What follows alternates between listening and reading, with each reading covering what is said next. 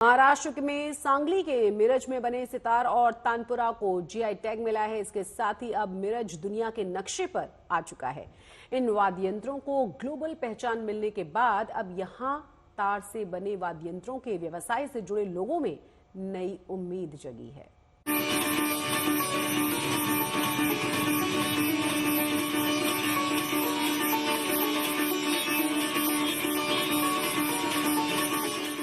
खो गए ना आप इस धुन में। मन को सुकून देने वाला ये संगीत सितार के तारों से निकला है, जो मन को भीतर तक भिगो देता है।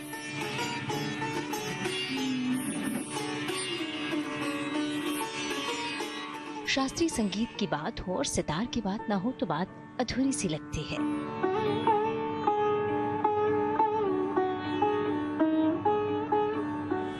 लेकिन यहाँ हम बात सितार और तानपुरा की नहीं, मिरज में बने सितार और तानपुरा की करेंगे, जिसे अपनी पहचान मिल गई है।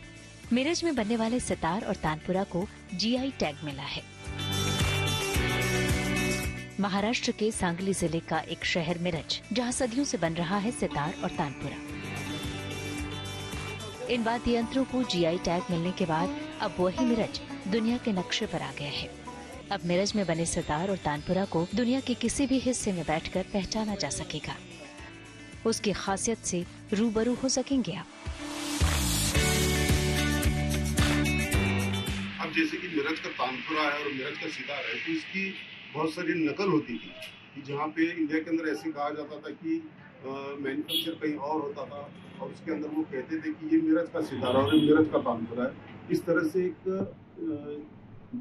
जो लोग हैं जो बड़ी मेहनत से जो चीज बनाते थे, तो कहीं ना कहीं उनकी चोरी होती है। मिरज के सितार और तानपुरा को जीआई टैग मिलने से इसे बनाने वाले कारीगर बेहद खुश हैं।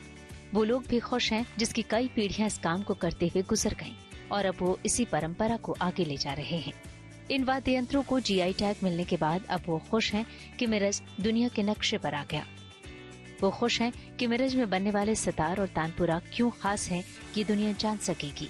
साथ ही अब मार्केट में उसी नाम से दूसरा प्रोडक्ट नहीं लाया जा सकेगा। सबसे बड़ी बात ये कि मिरज के सितार और तानपुरा को जीआई टैग मिलने के बाद उनकी पहुंच विदेशी बाजारों तक भी हो गई है। अब ये जीआई मानांकन मिलने के बाद में इससे ये होगा कि हम लोग तो हैं मैन्युफैक्चरर, और मैन्युफैक्चर होने के बावजूद भी हम अपने प्रोडक्ट्स का हम लोग रेट डिसाइड नहीं कर पाते थे। तो बिचौले जो होते थे कि हमसे एक चीज़ खरीदते थे वो, और वो दुगनी तिगनी चौगनी कीमत पे वो बेचते थे। हमारे यहाँ पे थोड़ा लैक ऑफ एजुकेशन की वजह से हम लोग वहाँ पे नहीं पहुँच जाते थे। तो अभी जीआई मानांकन मिलने की वजह से हम अपने प्रोडक्ट की कीमत हम खुद डिसाइड कर सकते हैं और पूरे वर्ल्ड के अंदर इसे हम एक अपना रेट डिसाइड करके हम लोग दे सकते हैं। मिरज के सितार और तानपुरा को जीआई टैग मिलने के बाद यहाँ वाद्य यंत्रों के कारोबार से जुड़े व्यवसायी और कारीगर उम्मीद कर रहे हैं कि अब रुद्रवीणा, विचित्र वीणा, सारंगी, बुलबुल, संतूर जैसे दुर्लभ वाद्य यंत्रों के उत्पाद को भी बढ़ावा मिलेगा।